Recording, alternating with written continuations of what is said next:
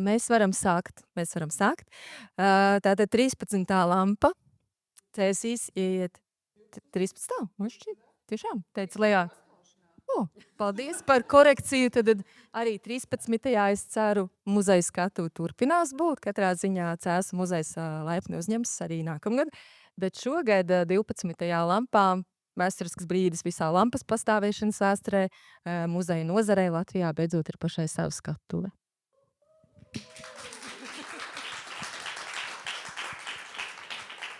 Un priecājamies, ka Cēsu muzejs ir šīs skatuves izveides iniciators, bet šī skatuve nebūtu iespējama, ja mēs nebūtu cieši sadarbojušies Latvijas muzeja biedrību, ar kuru kopā tad arī esam izveidojuši šo 2 dienu programmu.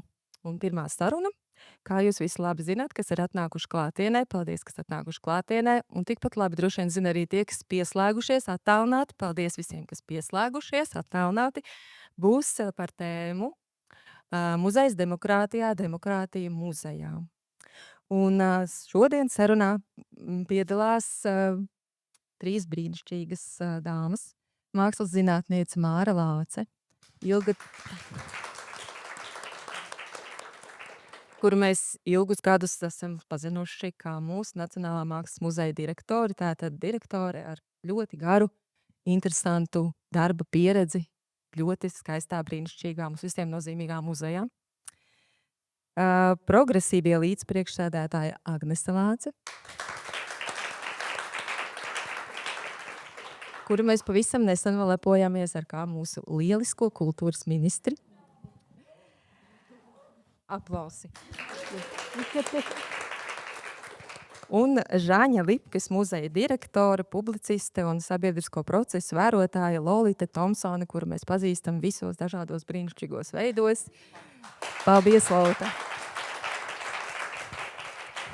Un man tas gods sarunāties, tad es esmu Elīna Kalniņa, Cēsu muzeja direktore.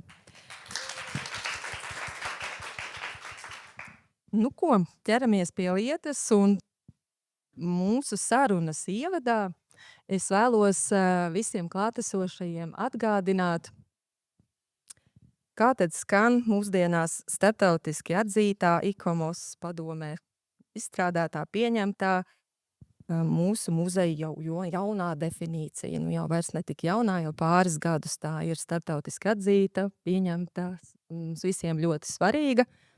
Bet es to jums nolasīšu, jo mēs par šo definīciju runāsim, jo, lai domātu un runātu par pirmo šīs sarunas bloku, kas ir muzejs demokrātijā, man šķiet, ka tieši definīcija ir svarīgi vēlreiz noklausīties. Tātad šī definīcija skan tā. Muzejs ir pastāvīga institūcija, kas kalpo sabiedrībai, un to dara pētot, kolekcionējot, saglabājot, interpretējot un eksponējot materiālo un nemateriālo mantojumu, un muzeja darbība nav vērsta uz peļņas gūšanu. Muzeji ir atvērti sabiedrībai, pieejami, iekļaujoši, muzeji veicina dažādību un ilgtspēju, tie darbojas un komunicē ētiski, profesionāli un ar kopienu līdzdalību, piedāvājot daudzveidīgu izglītības, emocionālā baudījuma, pārdomu un zināšanu apmaiņas pieredzi. Definīcija, protams, kā jebkura definīcija, uzbūr tādu ideālu ainu par muzejiem, kādiem tad mūsdienu muzejiem vajadzētu būt. Un mēs vienmēr zinām, ka ideāli tas ir brīnišķīgi. Man personīgi ideāli un definīcijas ļoti patīk, jo uzskatu, ka tie ir tādi brīnišķīgi mērķi, jeb tādas vadugunas, uz ko tad tiekties savā darbā. Un man šķiet, ka šī definīcija būtu visai grūti īstenojama, ja nebūtu demokrātijas. Ļoti labprāt uzklausīšu, ko par to domā manas sarunas dalībnieces. Vai muzejam būtu iespējams īstenot šādu definīciju bez demokrātijas? Kuru no jums gribētu pirmā teikt, ko par šo tēmu? Domājot par šo, man šķiet, pirmais, mēs arī pa ceļam runājāmies ar Kortniju par to, kā tas definīcijas tapšanas process pats par sevi jau bija atspoguļojums daudzām no praksēm, ko tajā definīcijā centās ietvert par iekļaujošu dialogu, runājot, es saprotu, ar tā kā pārdesmit tūkstošiem cilvēku visās pasaules valstīs, kuri strādā muzeju nozarē, lai atspoguļotu to, kas tad mūsdienās ir muzejs. Un tas definīcijas izstrādes process pats par sevi nebija vienkāršs, tas bija sarežģīts, pilns ar šķēršļiem, un tomēr un arī to gala rezultātu vēl kritizē par to, ka tas varbūt nav pietiekoši atspoguļojoši par daudzveidību un neuzrunā visus kritiskos aspektus. Un, manuprāt, tas jau pats par sevi liecina, tas ir demokrātisks process, jo tas prasa zināmas kompromisus, plašas sarunas. Un tā. Un vai to varētu īstenot bez demokrātijas? Es domāju, ka tieši tie elementi, kas pievienojās papildus par sabiedrības daudzveidības apzināšanos, līdz ar to arī dažādu viedokļu daudzveidības apzināšanos, par iekļaujošām praksēm, par ilgspējīgām praksēm un par kopienas jēgpilnu iesaisti, tas tieši raksturo demokrātisku sabiedrību. Nedemokrātiskā sabiedrībā iespējams, ka muzejs to var darīt, bet noteikti saskaties ar dažādiem riskiem. Bet, lai to pavisam pilnvērtīgi īstenotu, tam būtu pieejams finansējums. Es domāju, ka tas prasa demokrātiskas sabiedrības struktūras. Es turpināšu. Labdien, visklātesošie. Es vispirms gribu pateikt paldies par aicinājumu piedalīties šādā pasākumā.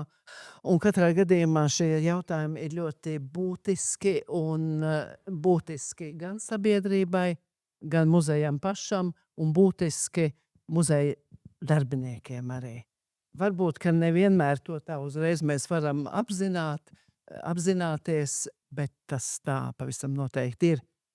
Man ir nācies manā muzeja praktiskajā dzīvē strādāt ļoti dažādos laikos. Dažādās politiskās sistēmās, ideoloģiskās. Un jāsaka, ir iziet cauri visu šo pārmaiņu laiku līdz arī šodienai. Un mēs redzam, kā arī šodien šie procesi nav viennozīmīgi. Un ja mēs runājam par to, vai muzejs var darboties nedemokrātiskā sabiedrībā, protams, ka var. Pavisam noteikti. Un stipri labi pat var darboties. Bet būs tikai tie citi uzdevumi. Un viss, kas ir saistīts ar teiksim, saglabāšanu, vākšanu, uzturēšanu, jā, to visu var darīt, bet tur arī visur nāk līdzi ideoloģiskais moments dažādos jautājumos. Tas viss notiek, bet ja mēs, kā jau Agnese šeit teica, ja mēs runājam par šo iekļaujošo, un es taisni domāju, kāpēc tas vārds iekļaujošais ir tāds bubulis visiem, ja? Un īpaši tad, kad veica grozījumus Latvijas muzeja likumā un Saeimā tika šeit jau klātesošie, tur ir arī piedalījušies. Tas notika šogad. Un tas notika šogad, tieši tā, tas notika šogad. Kāpēc bija tik milzīgi iebildumi tieši pret vārdu iekļaujoši? Pret citiem it kā pārējiem tas tā mazāk bija, ja? Un tur šai vārdā tas nozīmē, ka kaut kas slēpjas, kaut kas tāds, kas tiek uzskatīts kā drauds kaut kam. Un jā, protams, mums ir jādomā tālāk arī par to, cik muzeji, teiksim, kā muzeji saglabā savas tās kāpēc viņi vispār ir veidoti. Un kāpēc tas dibinātājs ir dibinājis to muzeju. Bet mēs tiešām esam šajā te paradigmas maiņas laikā, dzīvojam, pavisam noteikti. Es pirms tam arī domāju, ka autoritīvais režīms, nedemokrātisks režīms, skaidrs, ka tie muzeji vāc un saglabā, skaidrs, ka interpretācija būs pilnīgi savādāka, tās iekļautās grupas būs savādākas, skaidrs, ka jābūt vēstījumu, mums arī brīnišķīgi piemēri ar Ungārijas muzejiem, Polijas muzejiem PIS laikā un tam līdzīgi. Bet tad es tagad tieši šais diskusijas laikā sāku domāt, ko nozīmē vākšana un krāšana nedemokrātiskā režīmā. Tas nozīmē, ka daudzu grupu pieredze netiks ne saglabāta, ne iekļauta. Viņa pazudīs, viņa tiks dzēsta. Tas, ar ko tagad muzeja nodarbojās, rokot ārā visādas citas grupu pieredzes. Nu, Roma ir viens no tādiem piemēriem, ja? Arī mūsu pētniecības institūcijās. Kā meklē fotogrāfijas pa visiem muzejiem, jo nav bijis tas pirms tam tā nav bijis prioritāte, un ir kaut kāds tas egzotizācijas skatiens ir bijis uz šo grupu, un tad tu redzi, jā, kā tas mainās, un cik svarīgi ir tas, ka vismaz kāds muzejs kaut kur, reku vienu fotogrāfiju Limbažos, reku viens ar kaut kur ir saglabājis, reku Jānis Rozentāls kādu nofotografējis. Lūk, un pozētās bildes. Un tu pēkšņi saproti, ka tas arī saistīts pat tā muzeja galvenā funkcija, tas vākt un saglabāt, pat tas ir ļoti problemātisks. Un kur nu vēl, ja mēs domājam par to, kā muzeji izmanto savu spēku un varu, to mēs, piemēram, iedomāties Krievijas kontekstā, Ermitāža, ja, kas ir tā kā pa zelta olai iesējusi tur Amsterdamā un tur kaut kādās tur vēl, es aizmirstu, visādās pilsētās, ja, Amerikā. Tā jau ir tā maigās varas. Jā, un cik tas ir svarīgi, ka viņi saka, bet rekādas mums kolekcijas, bet nu pietika tam Pietrovskim Mihailam izrunāties par laimi vienā intervijā, ka Amsterdam tagad jau kara apstākļos pārtrauc šo sadarbību, un tagad tur ir cits muzejs, jā. Un šī ir īstenībā viena no tām kritikām, kas arī bija par attiecībā uz to definīciju un uz procesu, gan par maigās varas apzināšanos, gan par dekolonizācijas procesiem un to, kas notiek ar savākto par apspiestām sabiedrības grupām, par nereprezentētām sabiedrības grupām, par lietām, kas pieder kopienām, bet kuras ir eksponētas muzejos kā artefakti. Un tā ir ļoti kompleksa diskusija, bet tas definīcijas izstrādes process ļāva iznest to gaismā un IKOM faktiski turpināt ar to strādāt arī turpmāk. Bet tā definīcija ir sapnis, nevis realitāte. Nu, tas ir pilnīgi skaidrs. Tu tā lasi, Dievs, ko šie cilvēki, ideālisti tādi, ir mums uzrakstījuši. Mums tagad ar šo definīciju jādzīvo pilnīgi nereālo īsti. Tā tad ir uz ko tiekties. Un tā kā mēs zinām, ka visā pasaulē šobrīd demokrātija ir apdraudēta, tad definīcija ir brīnišķīga. Tad ko mēs kā muzeji varam darīt, lai demokrātiju nosargātu? Kā jūs esat vērojušas, kas ir noticis pēdējos mēnešos, gados, teikt, kopš Trumps nāca pie varas Amerikā? Kā ir reaģējuši Amerikas muzeji? Vai jums ir bijusi kāda interesanta atziņa par to, tie dara to? Es manīju, ka bija Amerikas Smithsonian bija skandāls. Jā.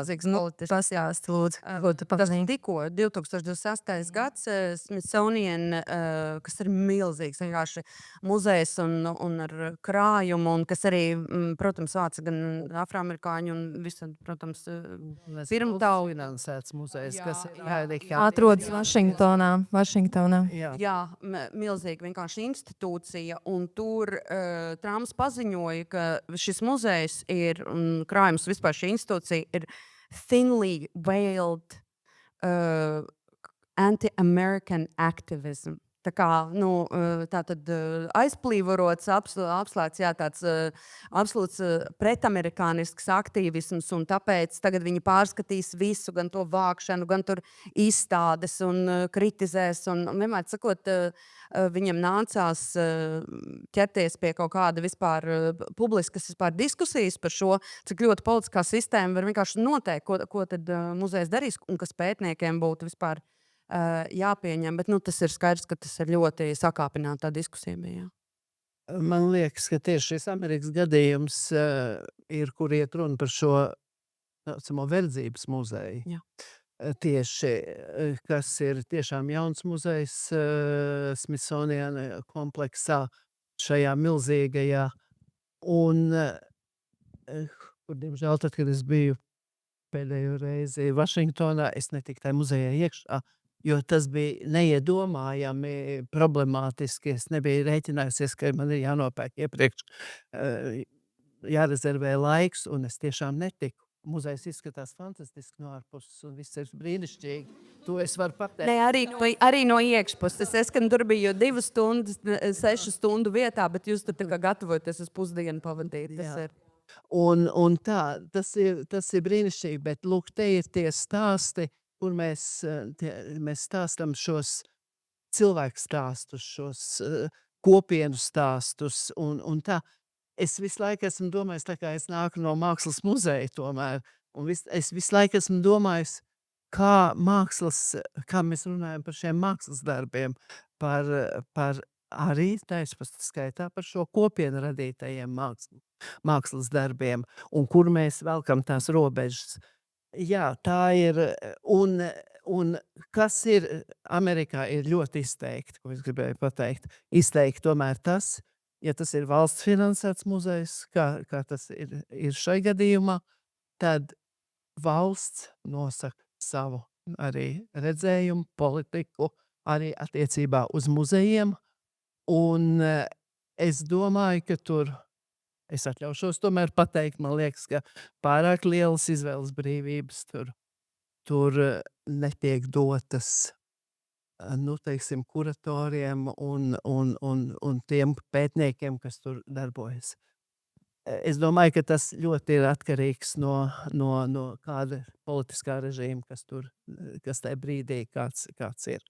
Un tas ir bīstami. Tas patiešām ir bīstami, jo mēs jau arī, saskaroties arī ar Eiropas lielajiem, arī pat lielajiem muzejiem, un visi jau it kā saka, mēs esam neatkarīgi, bet tā neatkarība, tad pēkšņi vienā brīdī tu saproti, ka to nevar, citu kaut ko vēl nevar, un tā neatkarība ir ļoti tāda trausla lieta. Man liekas, ka viņi izbesīja tas, ka tur verdzība, kuģi, liecības, visi tie, kā tabaka tiek reklamēta un viss kaut kas cits ir, un zābaks mēra ar morīšiem. Un tad tas viss nobeidzās ar ko? Ar Mišelu Obamu un Obamas tām bildēm. Nu, ar tādu domu, ka tā sabiedrība ir mainījusies. Īpaši Vašingtonā, kur pusi no pilsētas ir melnādaini, taču cilvēki ir ar no dažādām Āfrikas valstu saknēm. Un iespējams, ka tas ja viņš redzēja to muzeju, viņš tā kā, ne, šis ir Obama, es te neesmu iekšā. Bet, nu, droši vien, mums jau nav īstenībā nemaz tik tālu jāmeklē pēc piemēriem, kur kādam nepatīk, kas muzejā ir atspoguļots. Es domāju, gan Rīgā mums tāda pieredze, gan Daugavpilī, kur Vietvaras un citi politiķi ļoti labprāt komentē, vai tas ir vai nav pieņemami, kādā veidā tas būtu jādara, vai kāda izstāde būtu jāpārtrauc. Un jau vispirms pieņemot lēmumu, jebko eksponēt, izrādīt, veidot, tas ir politisks lēmums pats par sevi. Arī neatkarīgā institūcijā katrā izvēle ir ņemot vērā to kontekstu, kurā tu atrodies, un rēķinies droši vien ar iespējamu sabiedrības reakciju un citādi. Un tad pēc tam, saskaroties arī ar realitāti, kur varbūt kāds to kritizē un saka, šis nav pieņemami, tur, nezinu, kristīgās vērtības un citādi tiek apšaubītas ar šādu veidā mākslas darbiem vai ekspozīciju. Tas ne tikai raisa diskusiju plašākā sabiedrībā, bet manuprāt, Latvijā mēs varam lepoties ar to, ka kultūras nozare ļoti asi reaģē šādās situācijās un saka, tas nav pieņemami iejaukties šādā veidā institūciju darbā. Arī tad, ja tur ir publisks finansējums, tomēr nozare ir tā, kas sagaida, ka tiks ievērot šie demokrātiskas sabiedrības principi un arī neatkarīgu institūciju darbs. Un mēs, diemžēl, redzam, ka ne visur pasaulē tas tā notiek, vai arī neizdodas nosargāt šo institūciju spēku un pozīciju arī tad, ja tas sabiedrības balss ir skaļa. Jo Smithsonian gadījumā jau tas tika atspoguļots ļoti plaši. Tur ir vienkārši executive order un viss. Jā, es vēl gribētu arī papildināt šo, jo man bija tāda iespēja būt Amerikā 2019. gadā, tātad vēl pirms Trumpa otrreizējās ievēlēšanas, un tas bija tieši arī tie viņu lielie protesti, kas viņam tur bija tās publiskās akcijas par Black Lives Matters, un tajā programmā, kur mēs devāmies dažādām vietām ar komplicēto mantojumu, un mūs tieši aizvizināja uz Montpellier, tas ir Madisona lauku īpašums, visiem Amerikas demokrātijas tēviem piederēja vergi, vairāki 100 vergu. tas brīnišķīgais sauklis, uz kā balstās arī mūsu satversme, cik es saprotu, ka visi par vienu, kad visiem viss ir vienādas tiesības. Tā ir doma tikai par baltajiem cilvēkiem, toreiz to cilvēku Amerikas tēvu galvās. Tur nav doma par melnādainu cilvēku vispār. Un arī tikai par vīriešiem, protams. Bet lūk, tas interesantais bija tas, ka pirmā ekspozīcija šajā brīnišķīgajā lauku īpašumā, kas piederējusi Madisonam, par vergiem, tika izveidota 2018. gadā. Un tad tos bija viņu pašu lēmums. Viņi beidzot saņēmās un beidzot viņi izveidoja šīs skaistās ēkas. Tā kā šeit, piemēram, jaunās pils pirmajā stāvā, kur uzturējās kalpi, kur bija virtuve, kur kungi ne, un tur tad arī ļoti specifiski parādījās šī viņu vēsture, jo vergiem visām sievietēm bija vieni un tie paši vārdi, lai sievieti var pasaukt, lai verdzeni var pasaukt, pietiek, ka tu zini vienu vārdu. Un visiem vīriešiem vergiem bija tieši tāpat arī viens vārds. Un tāpēc ļoti grūti izsekot šo cilvēku personīgajām vēsturēm. Nav saglabājusies neviena fotogrāfija, gandrīz neviens lietisks priekšmets, lai varētu kaut ko parādīt. Un tad tur ar tādām animācijām un ēnām un tiem diviem vārdiem manipulējot, mēģināts ir izstāstīts, un tur bija izstādīti arī arheoloģiskie priekšmeti, jo vietā, kur viņi ir dzīvojuši, tādās koka būdiņās, protams, ir atrastas kaut kādas liecības. Mums ir no eiropiešiem liekas dīvaini, tur 19. gadsimta arheoloģija, bet tas ir tas, ar ko lepojas Amerika, un tas, tur bija izstādīts ļoti niecīgi, tur kāda podziņa, tur kāda tur maza lietiņa, jo viņiem jau praktiski gan nekas arī šiem cilvēkiem nepiederēja. Jā, tas lika aizdomāties par to, ka tāda it kā nesena vēsture un tik ļoti joprojām nošķirtas Amerikas sabiedrībā šī segregācija tik ļoti nolasās joprojām, un tieši tur visur, kur mēs devāmies arī citur, protams, tur vēl ir Native Americans, kas ir mums labi zināmie indiāņi, un tas arī ir vēl vesels ļoti sarežģīts stāsts, jo viņu muzeji brīnišķīgi glabā šīm indiāņu kopienām ārkārtīgi svarīgus viņu kopienu priekšmetus, viņu rituālos priekšmetus, bet šīs kopienas ir tik degradētas, ka viņas vairs, neviens vairs neprot šos priekšmetus izmantot, nezin, ko ar tiem priekšmetiem darīja, kāpēc viņu ciltī tie bija svarīgi. Jā, tāds ir Amerikas muzeja stāsts, tāds neliels ieskats tiešām. Ir arī attiecībā uz par pirmiedzīvotājiem, es domāju, var apskatīt arī citus piemērus, un turpat blakus Kanādā, kur valsts institūcijas vai pavalstu institūcijas arī pārdefinē šos krājumus, un, kā jūs teicu, tie vairs nav artefakti, tās ir lietas, kas pieder šīm kopienām, kas ir nodotas lietošanā muzejam, kurus var jebkurā brīdī ņemt uz saviem rituāliem, kad tas ir nepieciešams. Tās ir dzīves kolekcijas, kas palīdz stāstīt par sabiedrības daudzveidību, kas prasa kopienu iesaisti pēc būtības, lai vispār varētu to atspoguļot, un kas arī cenšas atjaunot šo cieņu ļoti sarežģītā arī vēsturiskā kontekstā, kur ir pietiekoši daudz bijuši pāridarījumi, un tomēr sabiedrība un arī attiecīgi šīs institūcijas un nozare gatava iesaistīties šajā sarežģītajā dialogā un darbā, lai radītu jaunus apstākļus, kā runāt par kopienām. Bet es gribētu pieskarties vēl paturpinot šo Agnes pacelto arī jautājumu par pirmdzīvotājiem un šīm kopienām un šiem artefaktiem, un ko nozīmē muzeji. Te paceļās vai nākamā ļoti lielā problēma, ko nozīmē muzejam, teiksim, kopienā lietošanā. Tos priekšmetus. Tas ir ļoti jūtīgs jautājums un ļoti sarežģīti diskutējums no dažādiem viedokļiem. Jā, tieši tā, un droši vien noslēdzošā mūsu programmas saruna rītdien, ko drīkst, nedrīkst aiztikt muzejā, varētu būt ap un par šo. Bet mēs atpakaļ pie demokrātijas.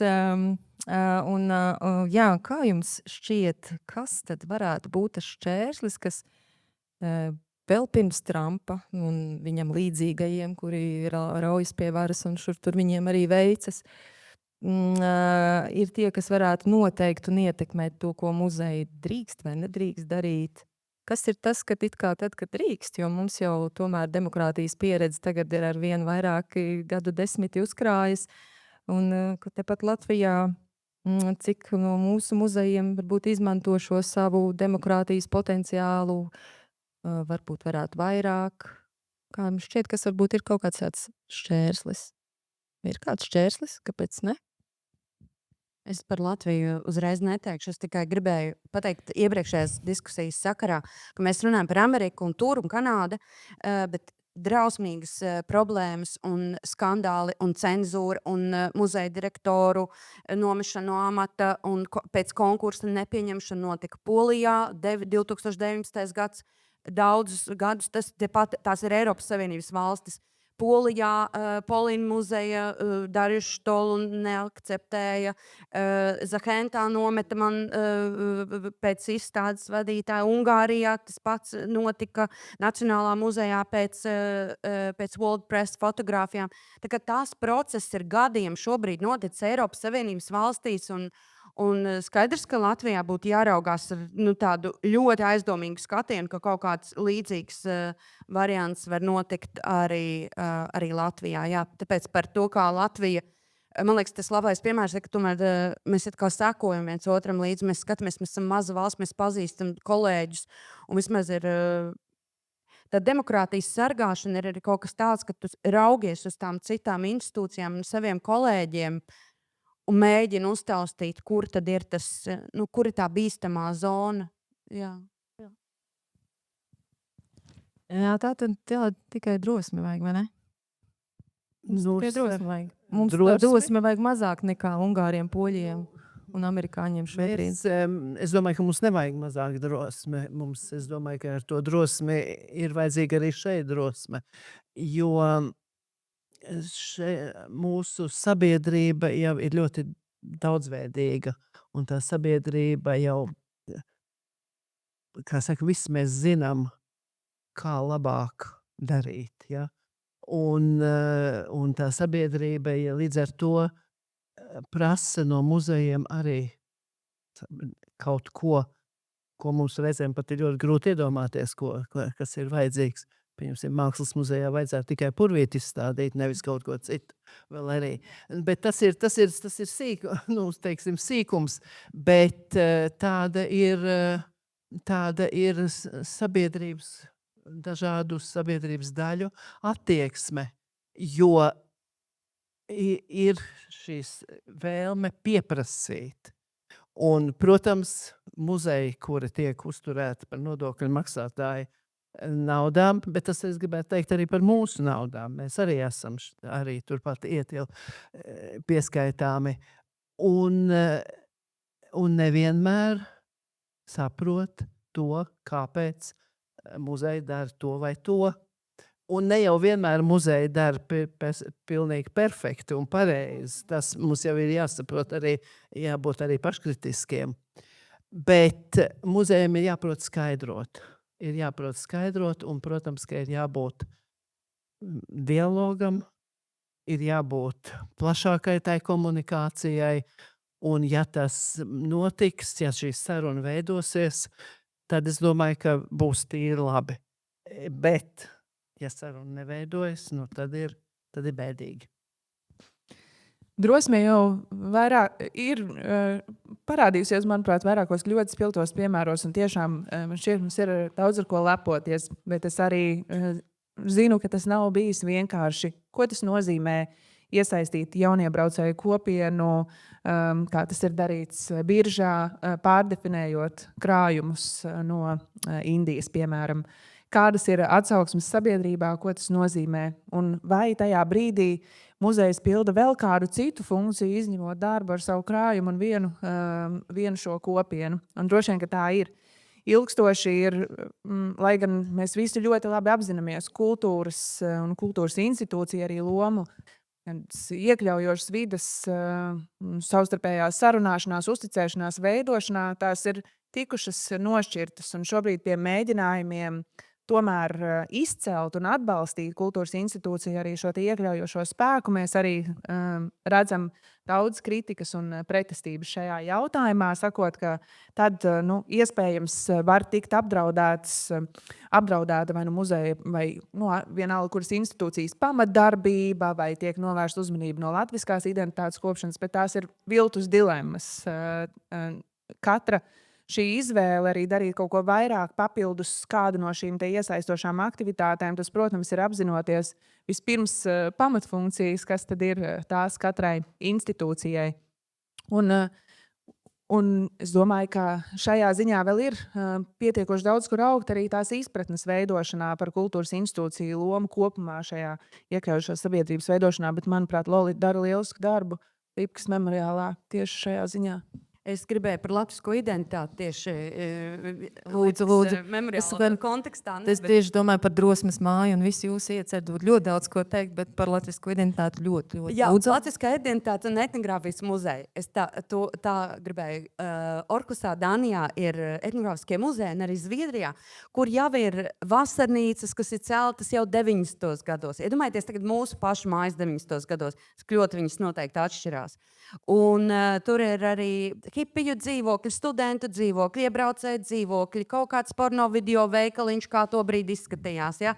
Vienmēr sakot, tur to var pieredzēt 70. 80. gadus kā etnogrāfija. Man likās, kas tā pa dīvaina doma, tad padomā, cik laiks ir pagājis. Bet, protams, tagad iedomājieties, mūsu latviskās identitātes vienkārši galvenais, tā teikt, krājējs un perēklis, visa ligzda etnogrāfiskais muzejs.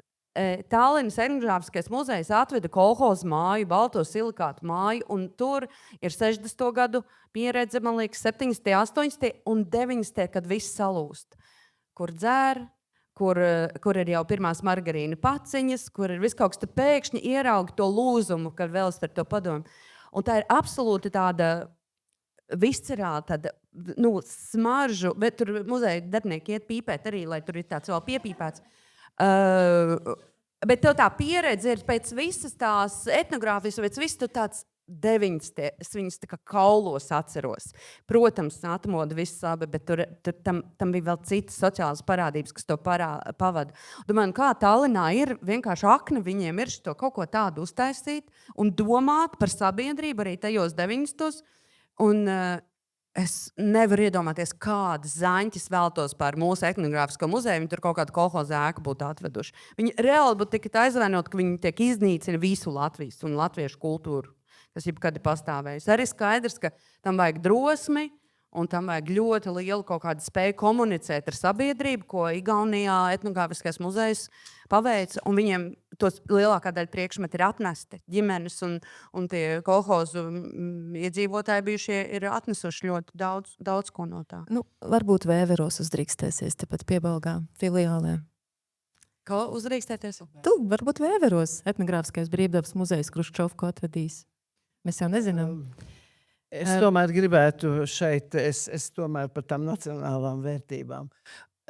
Un es pilnīgi piekrītu, ka, protams, mēs ļoti gribētu nokļūt arī šādā, teiksim, pietiekam atraktīvā un no jauna kaut kādā veidotā pārinterpretētā šajā ekspozīcijā.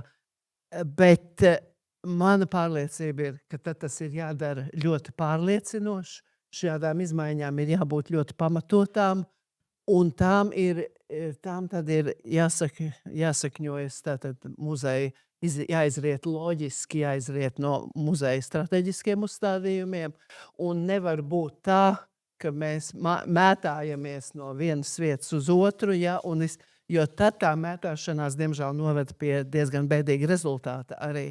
Un tā ir absolūti, tas ir tas stratēģijas jautājums, ko pats muzejs izvirza par prioritāti, un starp citu, kādas arī aicinājumus dibinātājs, muzeja dibinātājs izvirza. Pat arī Rīga Contemporary bija viena saruna par laikmatīgās mākslas muzeju dažādām praksēm, kopienu iesaistē. Bija piemēri no Somijas, no Polijas, no Varšavas un no Tate St. Ives, kas ir ārpus mazpilsētām.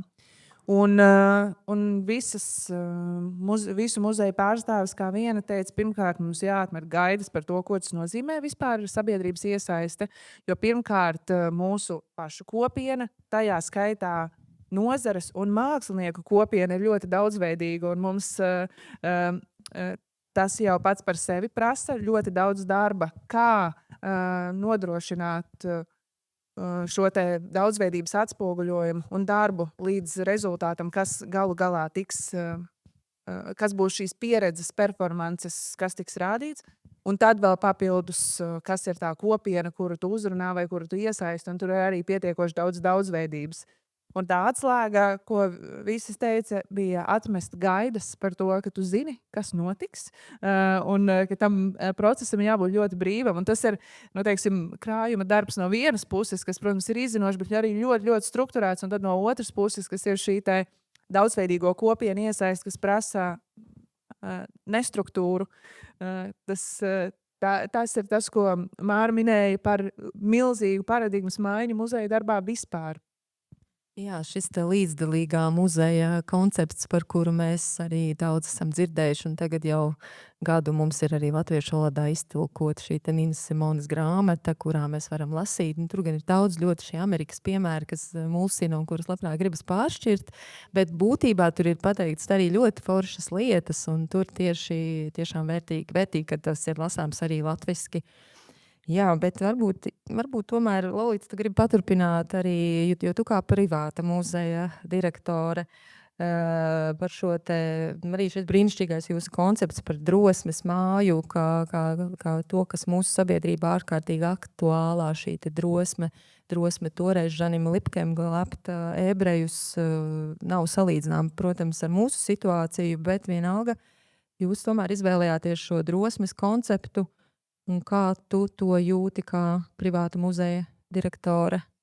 Mums vakar tieši bija muzejā agri no rīta sabraukuši holokausta pētnieki un pasniedzēji no visas Eiropas. Nu, kā Francija un Maķedonija, nu viss tiešām ļoti plaša spektra. Un tas bija interesants vienmēr pēc ekskursijas, pēc sarunas, kas ir tas, kas viņus interesē. Mēs kā, viņi Latvijā bija jau pavadījuši 4 dienas, mēs bijām noslēdzošā dienā. Un kas viņus interesē tajā kontekstā, un viņi prasīja tieši par tām kopienas liecībām. Kas ir muzejā no tā, ko tad tie paslēptie ebreju vīrieši un mamma ar meitiņu, vai viņi stāsta par ikdienu? Ko viņi raksta par ikdienu?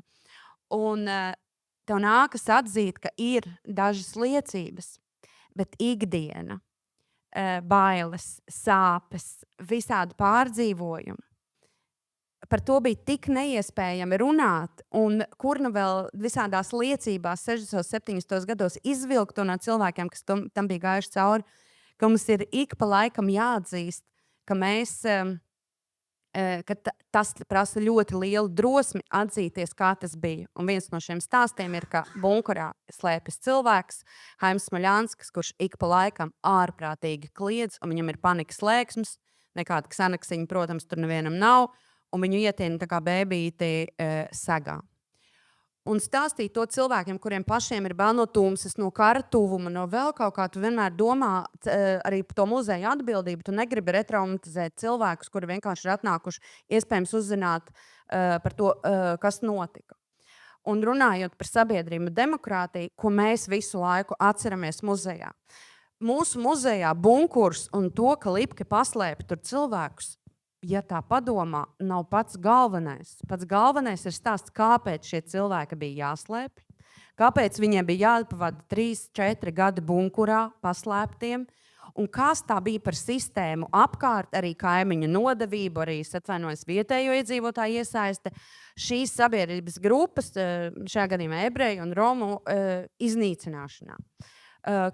Kāda bija tā laika sabiedrība? Un tas visvairāk uzrunāja, runājot par drosmes māju, ideja bija, ka mēs jau dzīvojam šajā sabiedrībā, un mēs jau nestāstam tikai par pagātni. Mēs arī nevaram stāstīt, atvainojos par ebreju glābšanu, mēs nestāstam, kas notika ar 99% citu ebreju vispār, ka viņi vienkārši tiek nošauti pie savām mājām, bojā nometnēs un tiek nogalināti.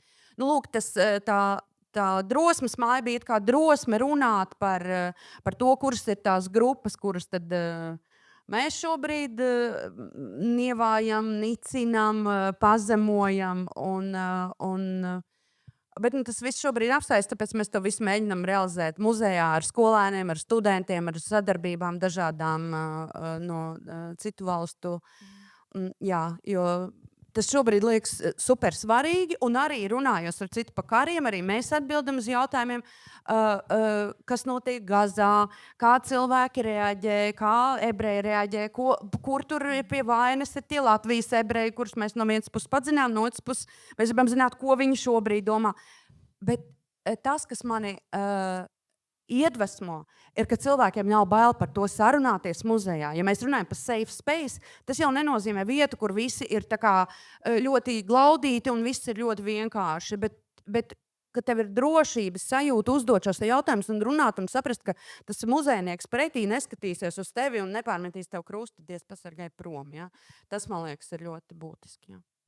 Bet man klausoties Lolitas teikto, man liekas, runājot par šo drosmes māju, man liekas, ka ir viena lieta, kas arī tomēr Lipkas muzejā, nu tas man kā šī muzeja apmeklētājiem, arī skatītājiem un līdzi jutējam, teiksim. Man šķiet, ka tā ir šīs akcents uz drosmi kāda viena konkrēta cilvēka darbībā, izvēle. Drosme kā izvēle un personības loma un nozīme. Nu, es tomēr arī to gribētu izcelt, ja? Jo kas man šķiet nav mazsvarīgi. Nu, jā, Lipka un sieva, cik man ir jāatbild uz jautājumu, kāpēc mums ir Žāņa Lipkas memoriāls un kur tā Johana mums ir izbirusi caur grīdas dēļiem. Jā. Jā, tā tiešām ir. Bet, lūk, tā tad paldies tev, Lolita, par baiļu aktualizēšanu vēl, jo, nu, kā mēs labi visi zinām, tad totalitāri un autoritāri režīmi, nu, viņi jau ir balstīti uz tādiem divām lielām rasnām kājām, meliem un bailēm. Jo līdz ko mēs indivīdi sākam baidīties no tiem, kam ir vara, tā viņi var sākt ar mums manipulēt, un tad jau arī visas lietas seko.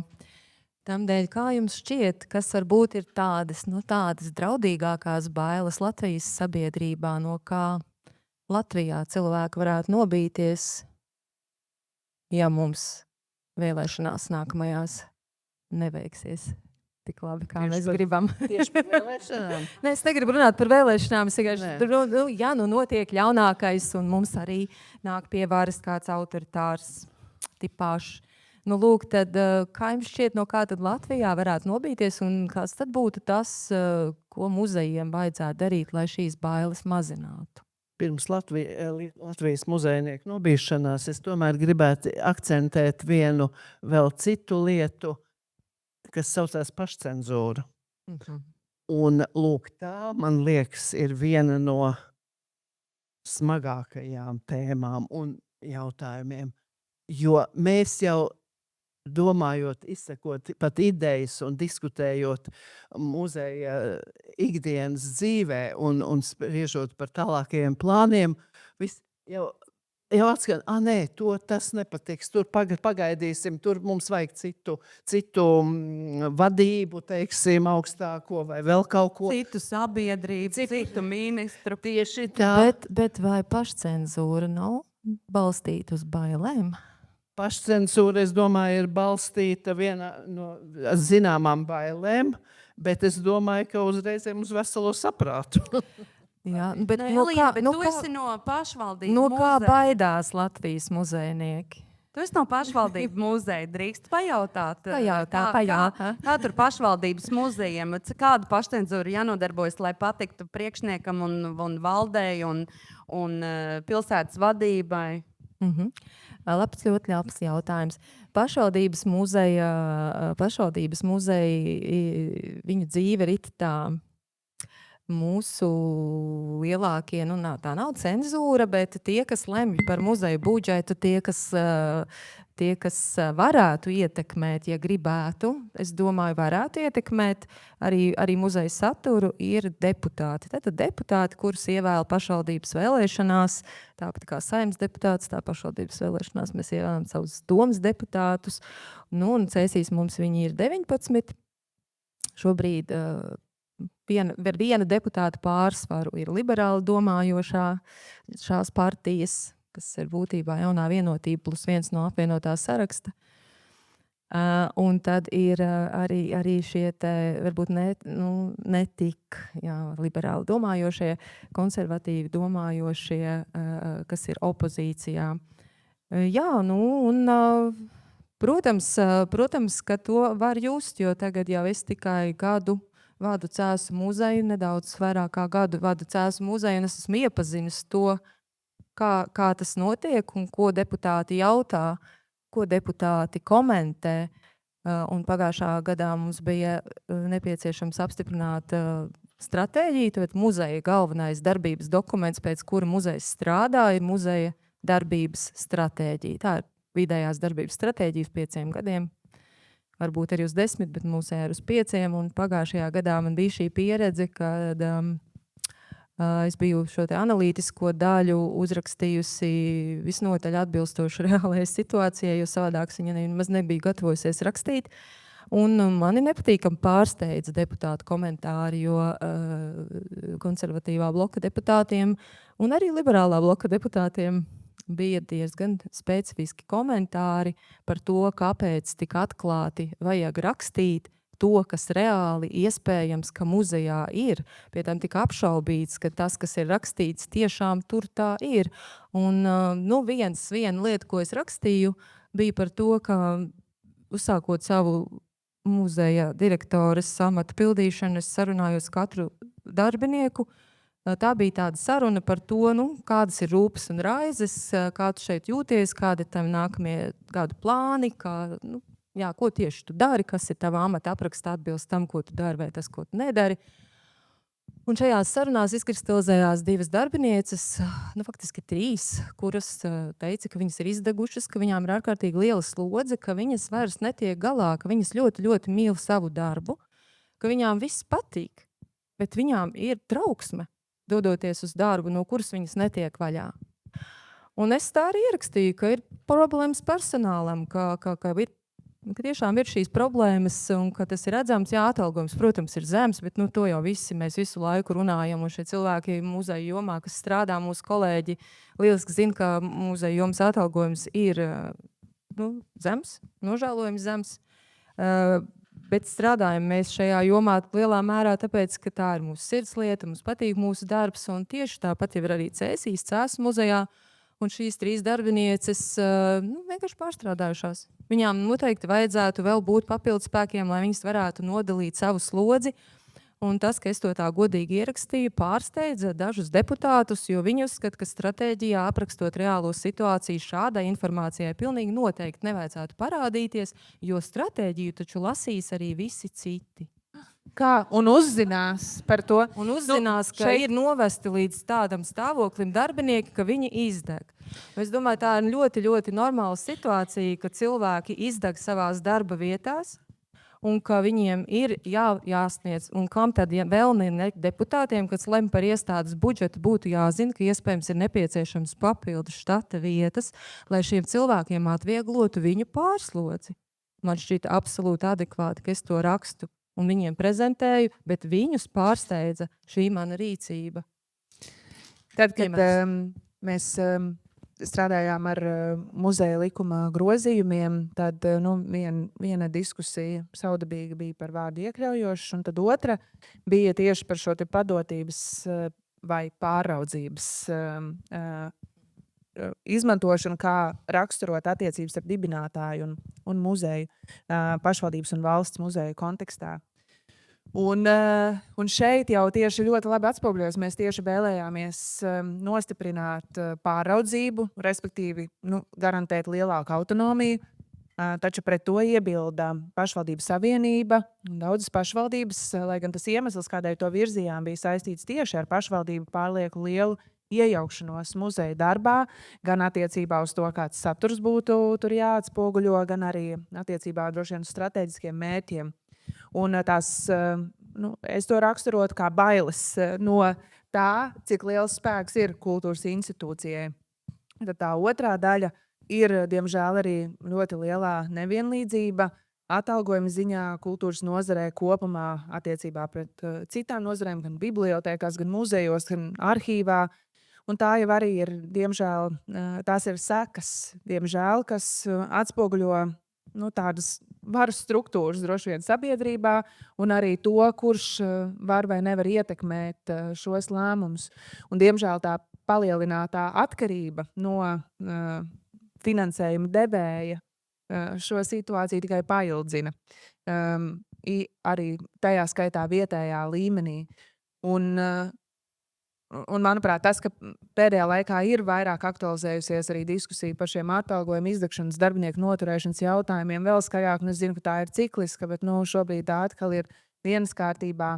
Tas ir ļoti svarīgi, un tā ir arī daļa no drosmes un no muzeja lomas demokrātiskā sabiedrībā rūpēties par cilvēkiem, kas tajos strādā. Un es vēl gribu piebilst, ka ar to stratēģijas apspriešanu viss nav galā. Tā kā vadībā es turpinu aktualizēt šo divu cilvēku, izdegušo cilvēku problēmas, jo, diemžēl, problēmas tikai vairojās. Veselības problēmas ir vienai darbiniecei ļoti nopietnas. Un tas nav nolikts malā, tas nav paslaucīts zem tepiķīša, bet vienkārši tas brīdis, kad to mēģināja paslaucīt, zem tepiķīša bija tieši tāds viena pret 19 deputātiem, no kuriem pārsvarā visi klusē un tie divi uzbrūk. Tādas bija mana pieredze. Ļoti vērtīga pieredze, kas lika man tieši aizdomāties par šo, ka ir jāpiedalās lampā un vajag šādu sarunu. Un tieši tāpēc jau arī mēs šeit esam satikušies. Ja nebūtu šīs pieredzes, tā kā paldies deputātiem Cēsu novada pašvaldībā, jo bez viņiem varbūt pat nebūtu muzeju skatuves. Bet atpakaļ tagad pie mūsu tēmas. Mēs esam aizrunājušās par muzejus demokrātijā, tātad muzeja loma demokrātijā, un tagad es vēlētos pagriezt otrādāk par to, cik tad demokrātisks var būt pats muzejs. Atkal jau tā pati mūsu definīcija mums ļauj ļoti daudz, bet mēs kā darba organizācijas ikdienā un mūsu muzeju likums mums tur dažādas iespējas dod, un mēs tās arī izmantojam. Bet tagad jau gadu esot direktora amatā, es saprotu, ka nav tik vienkārši viss ar to demokrātiju muzejā. Un īsi pirms jūs, Māra, devāties pelnītā atpūtā, lasīju jūsu interviju, ko jūs bijāt sniegusi Daigai Rudzātei. Un Daiga Rudzāte jums tur uzdeva tādu jautājumu, brīnišķīgu jautājumu, kā jūs pati vērtējat, vai jūs esat bijusi demokrātiska vai varbūt ne tik demokrātiska direktore.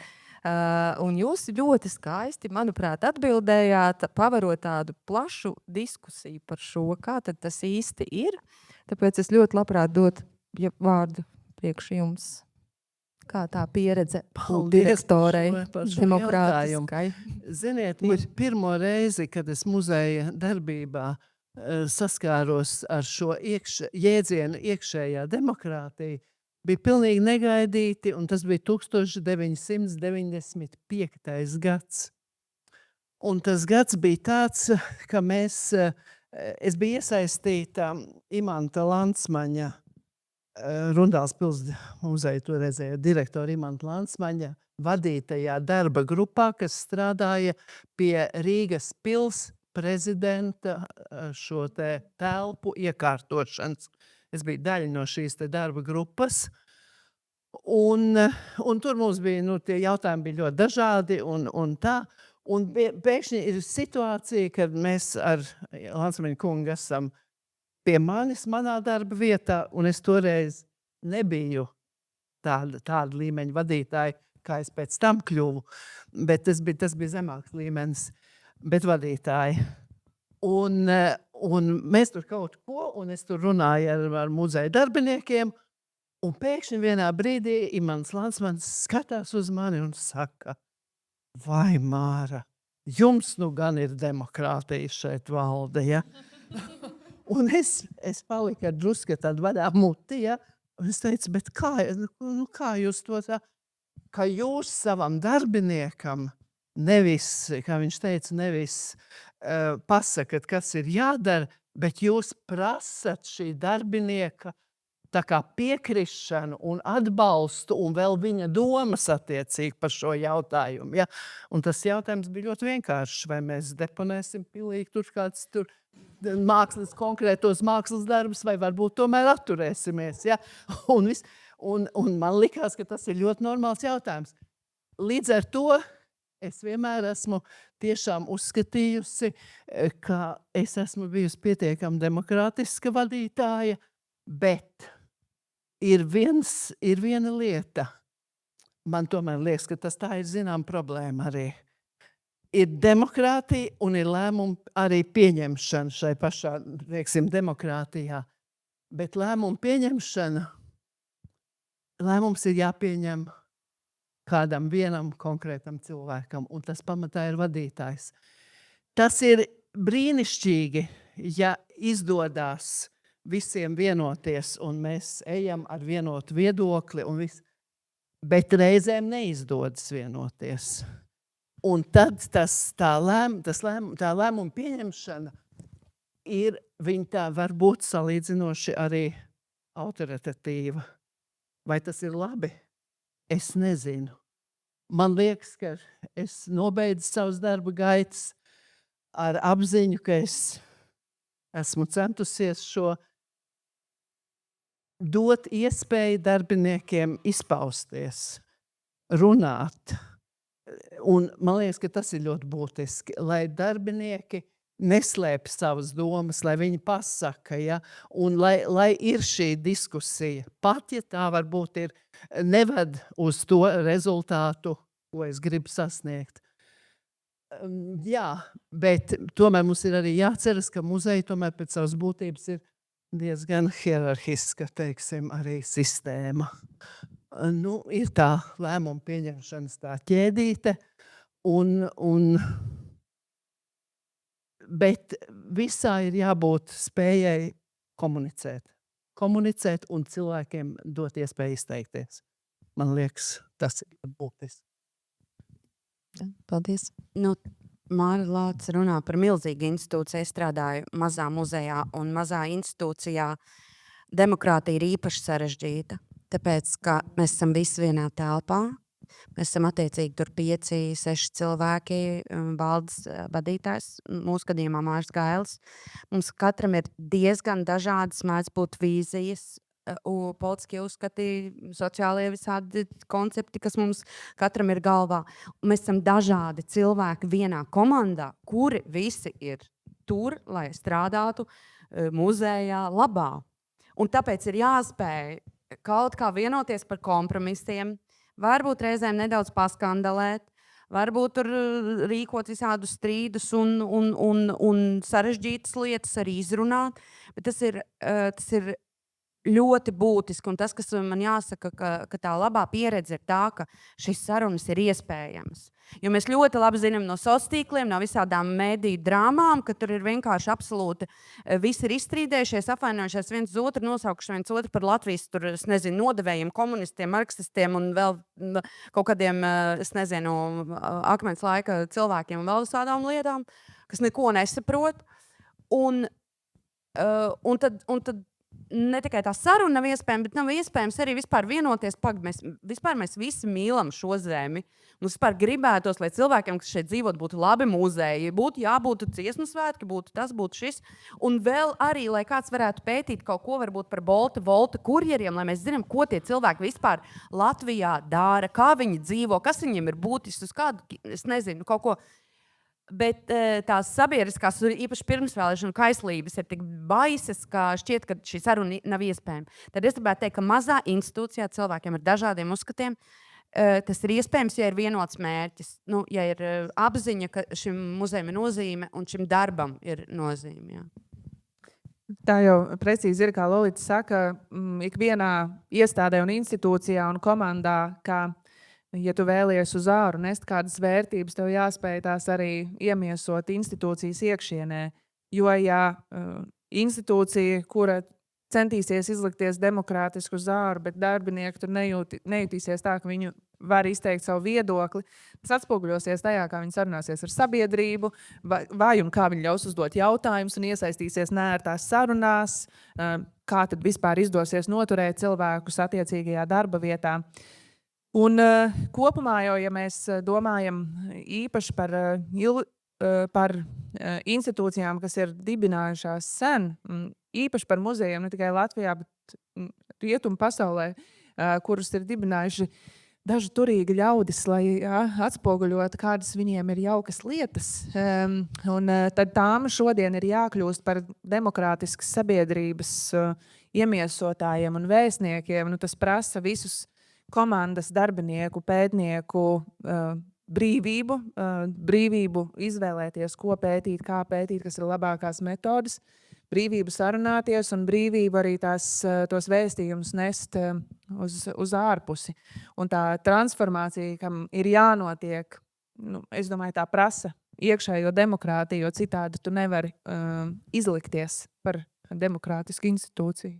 Jā, pavisam noteikti, un es tomēr gribētu uzsvērt vēl arī to, ka, protams, maza institūcija, tas ir pavisam atkal kaut kas cits, nekā, ka ir liela institūcija, kā pieņemsim Latvijas Nacionālais Mākslas muzejs, kurš vēl piedevām ir izvietots 6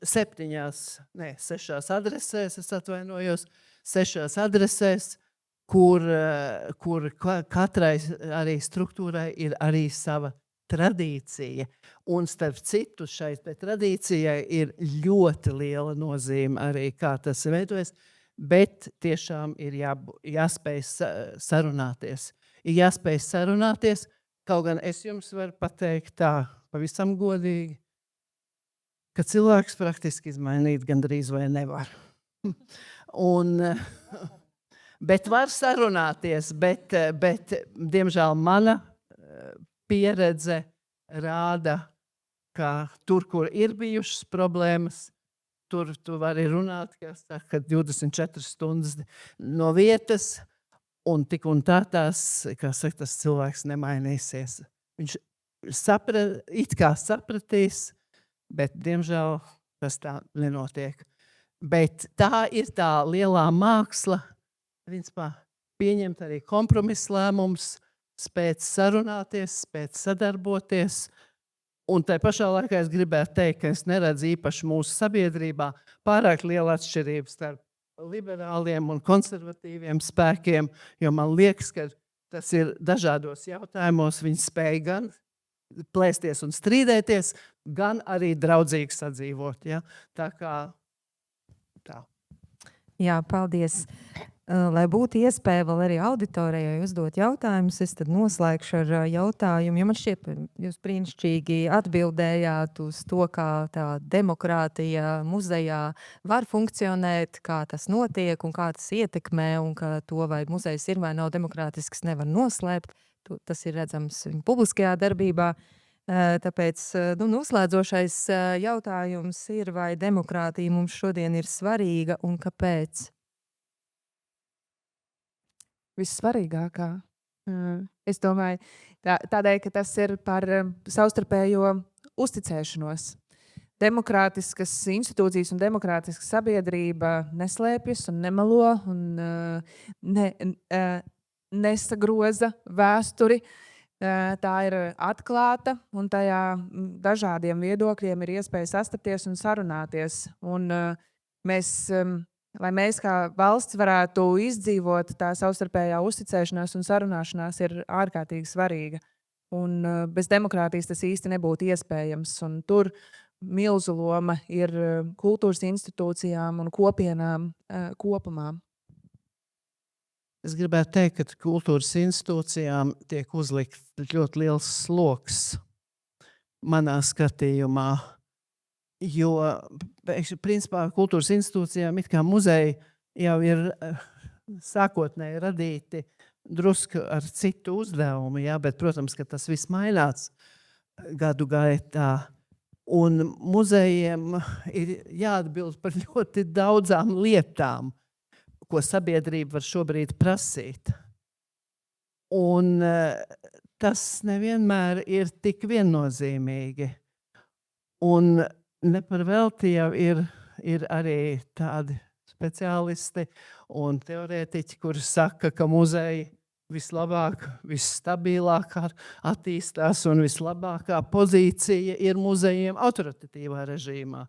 Jo tur ir visvairāk naudas, tur ir ļoti skaidra politika tādā ziņā, ka tev ir priekšraksti, viss ir ļoti skaidrs.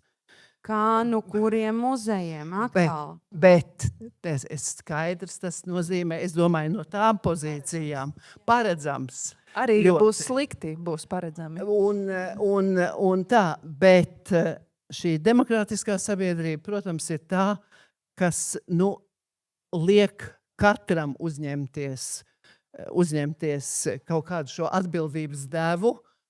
Un tiešām, kā es teicu, tie uzdevumi, kas muzejam šādā sabiedrībā nāk virsū, ir jārealizē, jo mēs dzīvojam šeit un tagad, un mēs dzīvojam šai sabiedrībā, kurā mums ir visu laiku arī jāpierāda muzeju, vajadzība vai nepieciešamība. Jo, ja mūs dibināja, teiksim, kaut vai mākslas muzeja, pieņemsim 1905. gads, ja, bet tas bija daudz vēl agrāk, ja, tā tad bija kaut kāds šis mērķis, un mums ir jābūt cienīgiem, lai to mērķi tālāk nestu, bet lai tā būtu institūcija, kas darbojās jau konkrētā laikā un vietā. Jā, par to, ka ir jāpierāda, īpaši tagad, kad ir skaidrs, ka visam budžetam, pilnīgi visam mūsu valstī ir jābūt pakārtotai valsts aizsardzībai. Un ir, man liekas, absolūti, mēs nedrīkstam pārtraukt prasīt, kam mēs šo valsti aizsargājam, kas ir tas, ko mēs sargājam. Kas tad ir tā latviskā kultūra, latviešu kaut kāda kultūra, Latvijas tautu, citu kultūru, kas šeit tad ir jāsaglabā, un kur tad mēs viņu glabājam? Jā, muzejos, bibliotekās, kultūras institūcijās, vienkārši, un tad katru reizi tu redzi, priekš kam tas viss ir vajadzīgs, šitos viss varētu apvienot, šitos varētu izmest, un domāju, ka tas ir, es nezinu, arī tagadējam kultūras ministram ir jāspēj, pirms vēlēšana arī visā šajā ārprātā, kas tagad notiek, ir jāspēj pamatot skaidrs aizsardzība, bet aizsardzība arī kā vārdā. Un nedrīkst, ka kultūras institūcijas vienkārši izputināt, atkal saisināt, atkal būs 2007. 8. gads, visi tur ies vienkārši ubagot un strādāt krogā vienlaicīgi, lai varētu arī strādāt muzejā un kaut kā sevi uzturēt tikai tāpēc, ka skaidrs, ka tādas ir šobrīd šīs valsts prioritātes. Un tas, man liekas, un demokrātija dod mums iespēju vismaz par to runāt un kaut kā cīnīties. Kāds nelēm mūsu vietā, cerams. Un arī apvienoties savā starpā nozares iekšienē un arī citiem mūsu radniecīgām nozarēm aicināt kopā tos cilvēkus, kas mūs saprot, kas saprot mums svarīgās lietas, lai mēs varētu pastāvēt par to, kas mums ir svarīgi, proti par demokrātiju Latvijā un to nosargāt, jo savādāk mums būs grūti īstenot starptautisko muzeju definīciju. Ļoti grūti. Labi, paldies, Laulīta, paldies, Māra, paldies, Agnese par šo sarunu un iespēja auditorijai uzdot jautājumus. Mums ir viens mikrofons, kurš staigās apkārt. Mums ir vēl viens radio mikrofons tāds, ar kuru var pārvietoties pa telpu. Ja kādam ir jautājums, kur pirmajā rindā pirmais jautājums ir, mums ir brīnišķīgs palīgs, tieši mikrofona padevējs.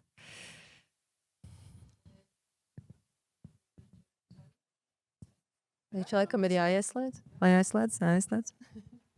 Tuk. Paldies par brīnišķīgo sarunu.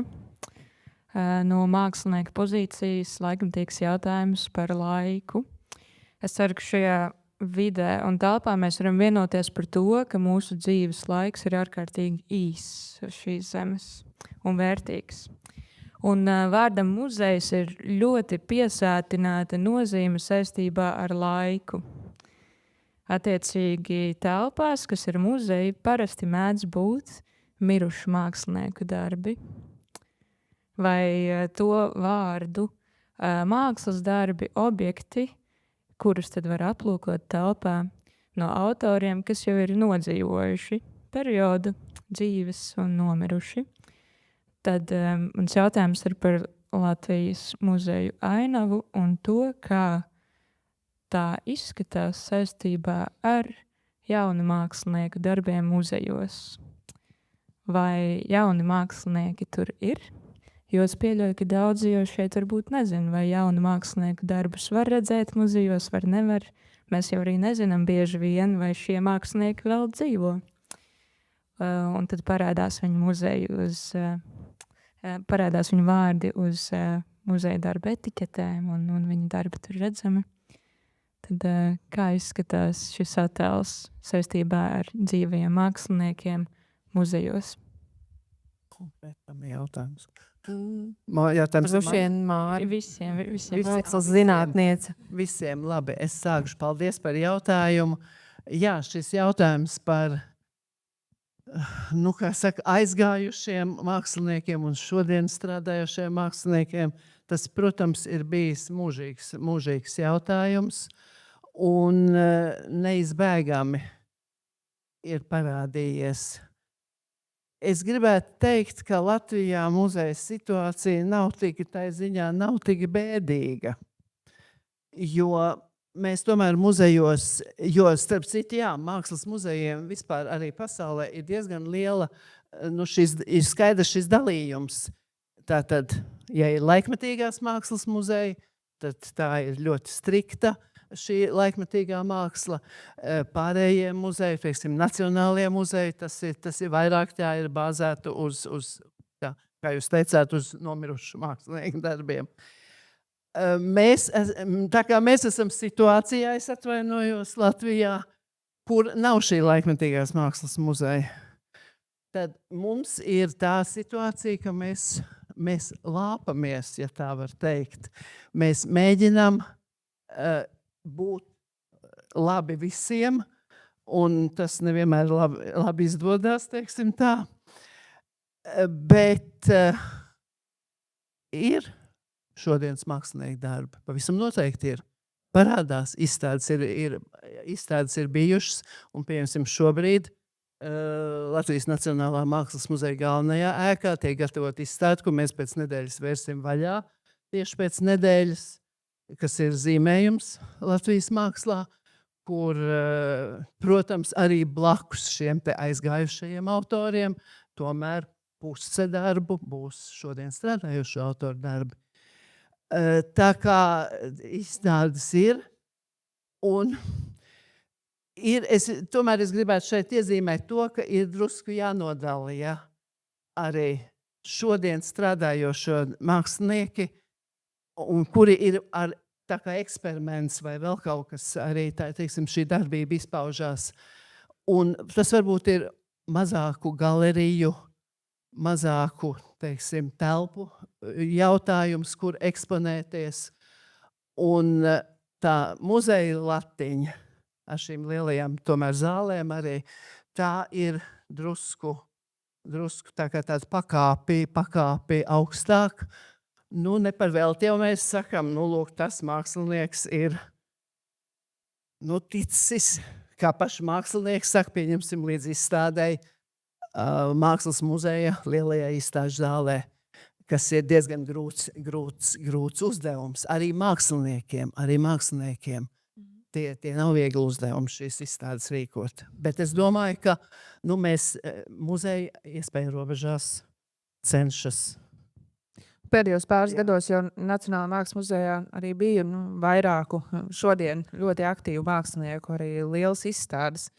Un taisnība ir, laikmetīgās mākslas muzeja nav, tā ir šobrīd kā funkcija arī Nacionālā mākslas muzejam, un ir arī piešķirts finansējums, lai iepirktu kolekcijai darbus, un tie ir, tā ir laikmetīgā māksla, kas tiek pērkam pamatā pērkam laikmetīgās mākslas darbus, jā, tiešām. Un arī zinu, ka arsenālā plāns ir tam veltīt daudz, bet tam, protams, līdzās nāk arī vēl citi instrumenti, ko, piemēram, atbalsta Rīgas pašvaldība, kas ir Rīgas mākslas nedēļa, kur tā ir iespēja būt redzamiem un arī popularizēt galerijas.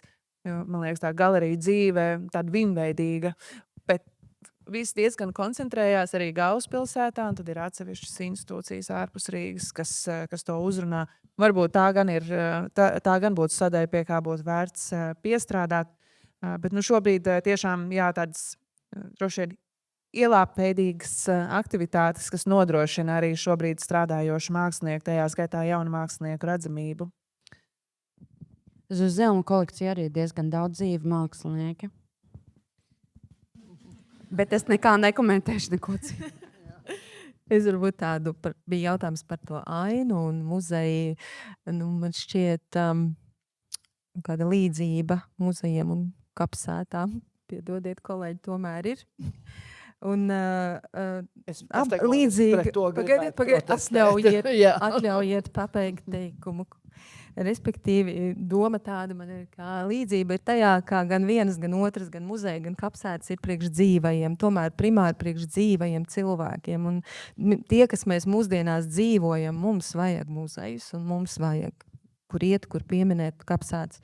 Un tamdēļ tas līdzdalīgā muzeja princips man kā tiešām liekas ārkārtīgi svarīgs, jo tas ienes to apziņu, ka veidojot jaunu ekspozīciju, kas, jūs runājat par mākslas izstādēm, ekspozīcijām, es vairāk te par to, kas ir mūsu ikdiena, tematisks ar vēsturi saistīts ekspozīcijas.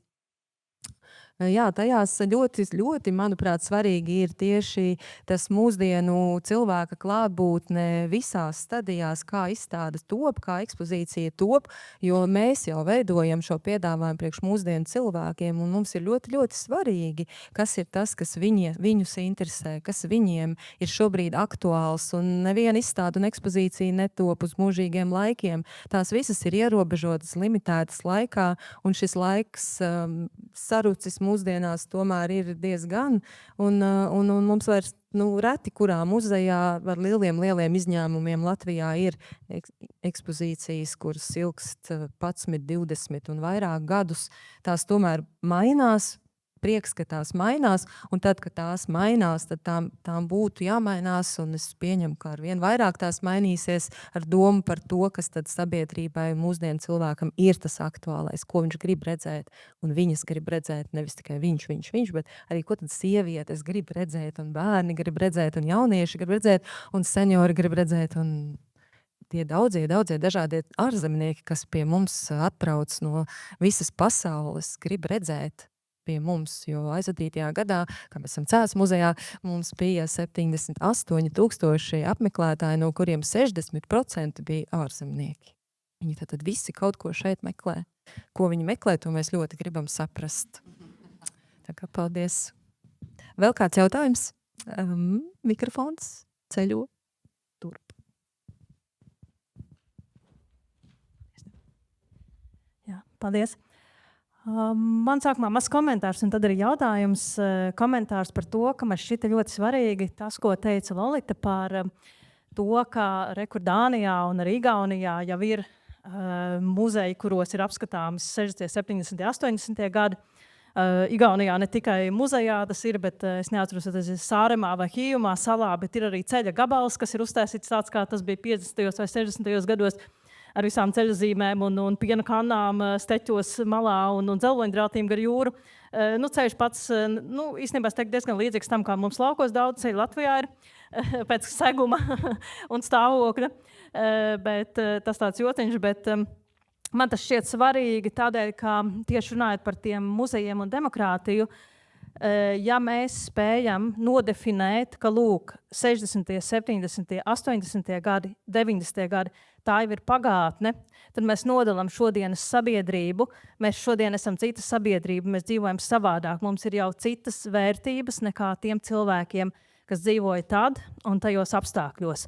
Ja mēs to nespējam nodefinēt, ja etnogrāfiskais muzejs nespēja paņemt sev krājumā, teiksim, vienu hruščovku, tas nozīmē, ka tā joprojām turpina būt tagadne savā ziņā. Jo, protams, ka ļoti daudziem cilvēkiem, kas mūsdienu sabiedrībā dzīvo, tā ir daļa no viņa mūža, un tā viņiem ir savā ziņā tagadne, jo mēs jau turpinam savu dzīvi visu mūžu, lai cik paiet gadi uzskatīt par tagadni. tas tāds komentārs, bet jautājums arī par to, vai mēs varam runāt arī par to, ka, lai veidotu demokrātisku un iekļaujošu un visām citām labām īpašībām apveltītu muzeju vai citas kultūras mantojuma institūcijas, kā ir ar darbiniekiem? Vai darbinieki ir jau varbūt arī, vai varbūt vēl jāizglīto arī darbinieki, vai darbinieki ir gatavi mainīties, pieņemt kaut ko citu jaunu, vai nē, tomēr daļa grib, mēs te vienkārši rosimies savā stūrītī, strādājam ar savu krājumu, aprakstam viņu un neko jaunu negribam, vai tomēr ar darbiniekiem viss ir kārtībā un problēma ir resursu trūkums, lai mēs varētu veidot šīs te, piemēram, pārskatīt, pārinterpretēt, pētīt, pieņemt, varbūt domāt par to, kas mums trūkst muzejos un ko vajadzētu pieņemt. Kāds ir jūsu skatījums uz to? Paldies! Es varbūt sākšu, jo tieši šogad mēs mainījām arī amataprakstus, uzlabojām amataprakstus, precizējām. Un visos amataprakstos ir Cēsu muzeja darbiniekiem ierakstīts tāds punkts, ka ir jāsako līdzi aktualitātei mūsu nozarē un labās prakses piemēri jāspēj, jāmēģina ieviest darbā. Un savukārt rosinājums un mudinājums un visiem ir mācīties, izglītoties, papildināties. Nemitīgi ir brīnišķīgas iespējas, dažādas mūsu nozarē, dažādi kursi, semināri, mācību iespējas. Tas ir atkarīgs no katra paša, taču mudināts tiek ik viens.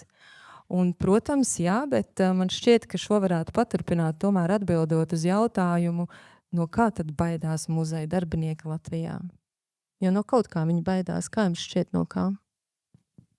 Kāpēc neizvēlās varbūt tādas šīs te iekļaujošākas tēmas savā piedāvājumā, tēmas, ar kurām būtu grūti, jo būtu jāsniedz dažādas atbildes un varētu būt tā, ka būtu nāktu kāds un mestu ar kaut ko neglītu, varbūt, jo nepatiktu, ka muzejs ir izvēlējies tēmu. Es nezinu, vai baidās. Es teikšu godīgi, es nevaru to tā īsti atbildēt. Ja? Jo man šķiet, ka man liekas, ka ir diezgan izglītoti mūsu šķiet, nozares ka tās darbinieki bailes iespēju nav tik daudz. lielas. Es domāju, ka tās bailes nav tik lielas, jo es... Kāpēc Kruščovku neņem? Es atvainojos, tad jāuzdod būtu Brīvdabas muzejam šis jautājums. Es nevaru atbildēt uz šo jautājumu. Nevaram, tik tiešām nevaram. Un tā, jo pieņemsim, ja teiksim kaut kādas tēmas, izpētes tēma, izstāžu tēma, jā, vai kāds, ja viņa gūst, darbinieks izsaka, es runāju šobrīd konkrēti par Mākslas muzeju, darbinieks izsaka, tad vai tā tiek paņemta izstāžu, teiksim, pētnieciskajā vai izstāžu plānā, un tad ir atkarīgs no tā kuratora arī redzējuma, kā viņš to jautājumu tālāk risina. Un ir šīs saucamās slidenās tēmas un tā tālāk. Bet atbildot uz to jautājumu, es domāju, ka šobrīd diezgan ļoti mainās, jo vispār šobrīd mainās radikāli nomainījušās paudzes. Radikāli.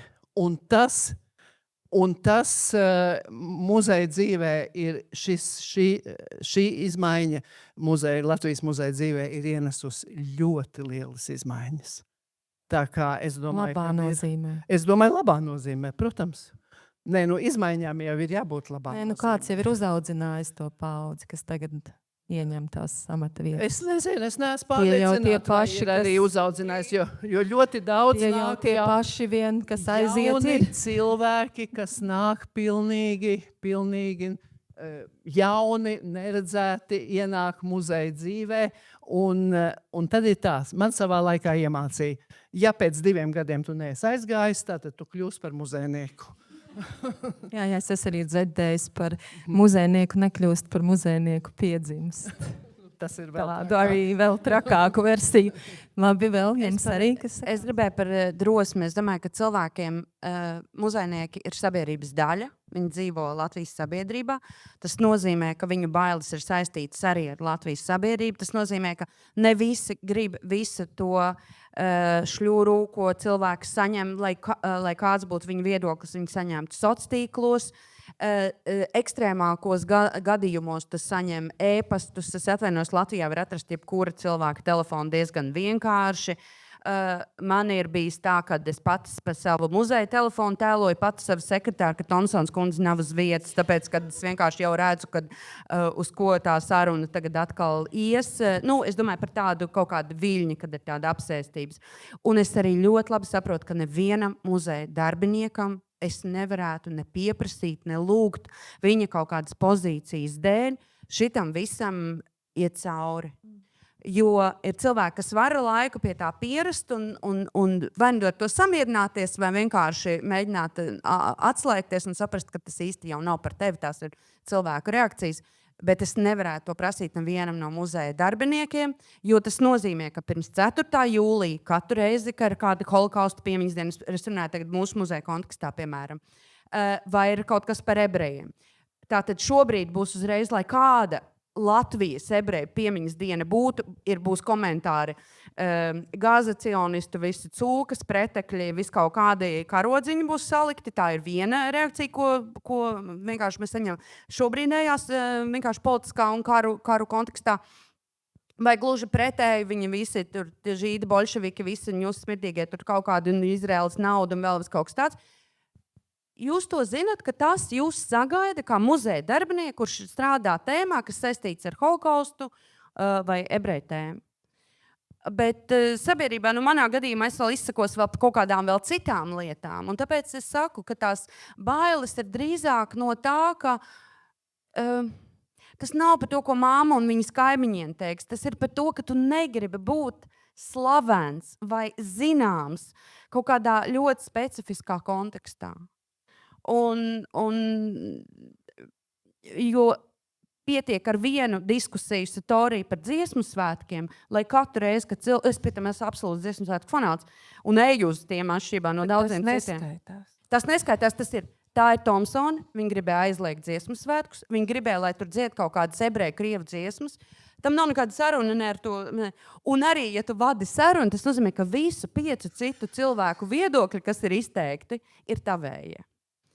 Un tu nevar to pieprasīt cilvēkiem. Nevar.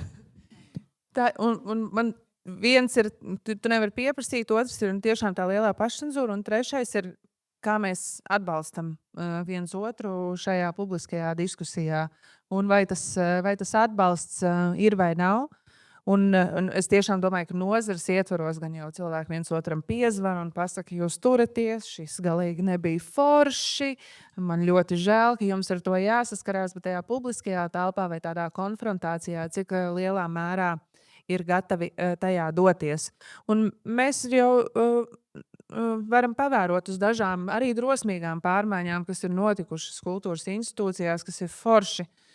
Bet es domāju, ka tas, ko Lolita saka, ka nevar no cilvēkiem prasīt noturēties pretī tam milzu negācijas vilnim, tā ir ļoti, ļoti apzināta izvēle katram, kurš to dara. Ir arī ļoti daudz neredzamie darba rūķi, kuri izdara ļoti, ļoti lielu darbu, un kur arī tā drosme ļoti bieži ir tikpat spēcīga kā redzamajās sejās. Bet pēdējos gados, kur atsevišķos muzejos, īpaši pašvaldībās, cilvēkiem maksājas amatu, kā lai iedrošina. Un par Brīvdabas muzeju tur vienkārši ir nolikumā rakstīts, ka līdz 20. gadsimta vidum. Tā tad nebūs. Jā.